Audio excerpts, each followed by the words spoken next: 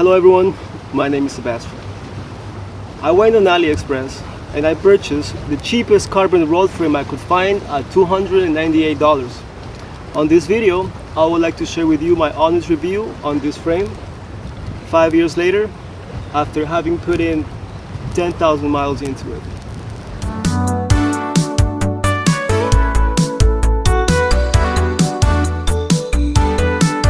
Hi. This is a bike I built looking to see for how low of a ticket you can put together a carbon road bike on AliExpress with quality components. I first ordered this frame and parts back in 2018, but I have to be honest with you. I got sketched out about Chinese carbon. Even after having made the purchase, I would refuse putting this bike together. So it all sat in a corner of my house for literally 2 years, until one day I picked the frame out of its box and I felt it in my hands. I felt how light it was and I thought, man, what a shame for all this just to be sitting here. I'm sure this will make a great bike. So I called my friend Damien, who is a very well respected bike mechanic down here in South Florida, and I asked him a very important question. And that question was if he worked on Chinese bikes. And let me tell you, the reason why this is a very important question before you take a frame like this to any bike shop is that you will find that most bike shops will refuse working on these type of frames because of cost of operations or liabilities. Most bike shops will refuse working on this frame, so that's something to keep in mind before you go and you take something like this to any bike shop if you don't work on bikes yourself. So I asked Damien, hey, do you work on Chinese bikes? He said, I'm not a fan of them, but I'll do it. So he came and he took everything home, and you can tell when someone loves what they do when they bring you something the next day. This bike was at my door the next day, and the only thing it was missing was a wheel set, which Damien happened to have a pair of Mavic Cosmics, which he sold to me for $100, and the bike was complete. This is what the bike looked like when I first got it, and this is what the bike looks like today. This is what the bike looks like today with some improvements. The only parts I have upgraded are the saddle, the bar tape, the shifters, and the wheels.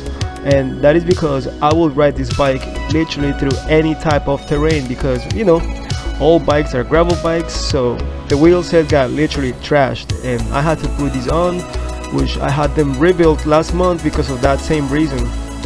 Oh yeah, and this headset cap, which was more of an unnecessary upgrade, but it came as a free gift with the handlebar tape that I have on the bike right now, and I thought it looked better than the one the bike brought, so there it is.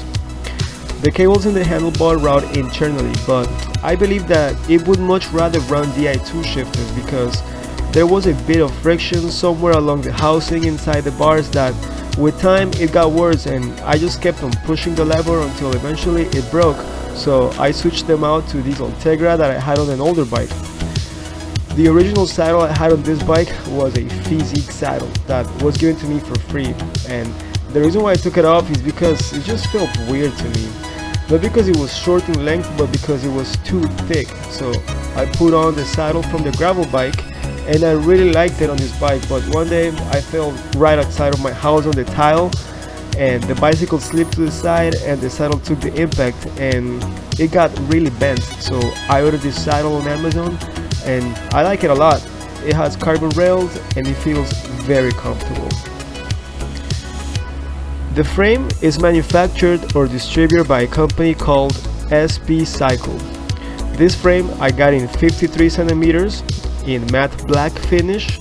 It came with seat post, bottom bracket, headset, and this unique style of seat clamp. And when I first got this bike, I thought this bike has to be a replica of another bike, and I went crazy online looking at bike frames, and the closest bike that this one will come to replicate was a Felt AR, but it still wasn't 100% the same. Later I learned about open mold frames, so that's what I think this one is, because I've seen it being sold by other manufacturers on AliExpress, but with a different seat clamp style and also as a track bike. Now, here are some of the problems I have encountered with the frame. This frame only accepts 700 by 23C tires maximum in the front and in the rear. Also, there is a problem where the rear brake caliper mounts onto the frame. It places the brake caliper higher than the brake pad can reach the rim, causing the brake pad to rub against the tire and leading to the tire popping mid-ride. So I had to install these brake pad extenders commonly used on folding bikes, and I was able to make it work. Another problem this bike has is that both sets of rev nuts from the cages came loose, causing the bottles to rattle like crazy. My temporary solution for this was to wrap rubber bands between the cages and the frame to help damp the vibration and annoying noise.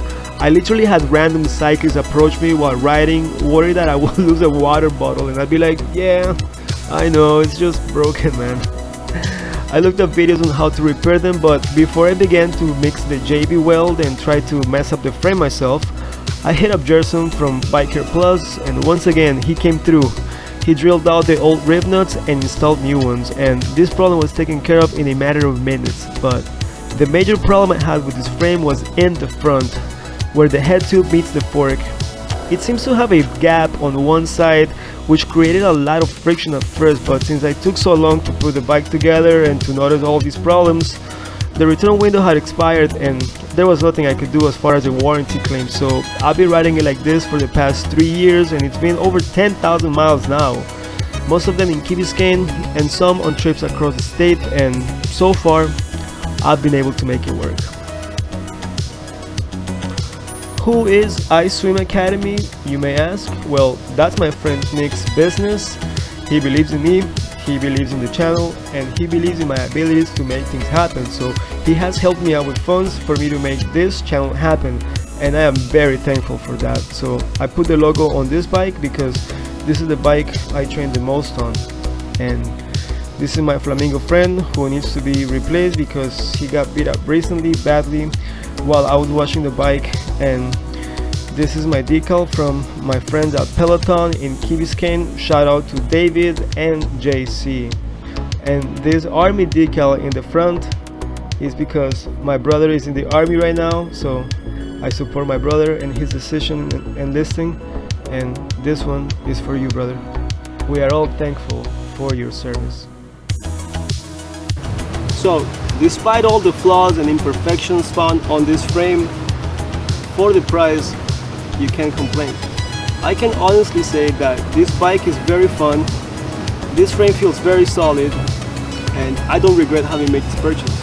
And that proves the main point on making this video, which is to show you that you don't need an S-Works bike with Di2 electronic components to enjoy road cycling. You can just get yourself something like this and ride it at your own risk. Remember that what other people think of you is none of your business. So, with that being said, I'd like to thank you all for watching. If you enjoyed this video, hit the like button, subscribe to the channel if you haven't done so already. Again, thank you all for watching, and I will see you on the next video. Now get out there and ride your bike.